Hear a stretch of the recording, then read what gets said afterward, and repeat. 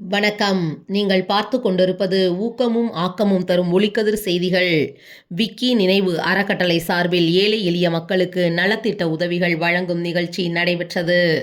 மாதவரம் தொகுதி புழல் ஒன்றியம் தீர்த்தங்கிரியம்பட்டு ஊராட்சி வ.உ.சி. தெருவில் வசிக்கும் சகாயராஜ் இவரது இளைய மகன் விக்கியின் 4ஆம் ஆண்டு நினைவு தினத்தை முன்னிட்டு விக்கி நினைவு அறக்கட்டளை சார்பில் ஏழை எளிய மக்களுக்கு நலத்திட்ட உதவிகள் வழங்கும் நிகழ்ச்சி அறக்கட்டளையின் தலைவர் சஞ்சய் ஏற்பாட்டில் நடைபெற்றது. புதுவாழ்வு சமூக சேவை தொண்டு நிறுவனர் செங்குட்டுவன் அனைவரையும் வரவேற்றார். முன்னாள் தீர்த்தங்கிரியம்பட்டு ஊராட்சி மன்ற தலைவர் கவிதா டேவிட்சன் தலைமை தாங்கினார். நிகழ்ச்சியில் சிறப்பு அழைப்பாளராக எஸ்.ஆர்.எம். கல்லூரி மற்றும் இந்திய ஜனநாயக கட்சி மாநில துணை செயலாளர் ஏ.எஸ். நந்தகுமார் கலந்து கொண்டு மறைந்த விக்கியின் திருவுருவ படத்திற்கு மலர்கள் தூவி மரியாதை செலுத்தினார்.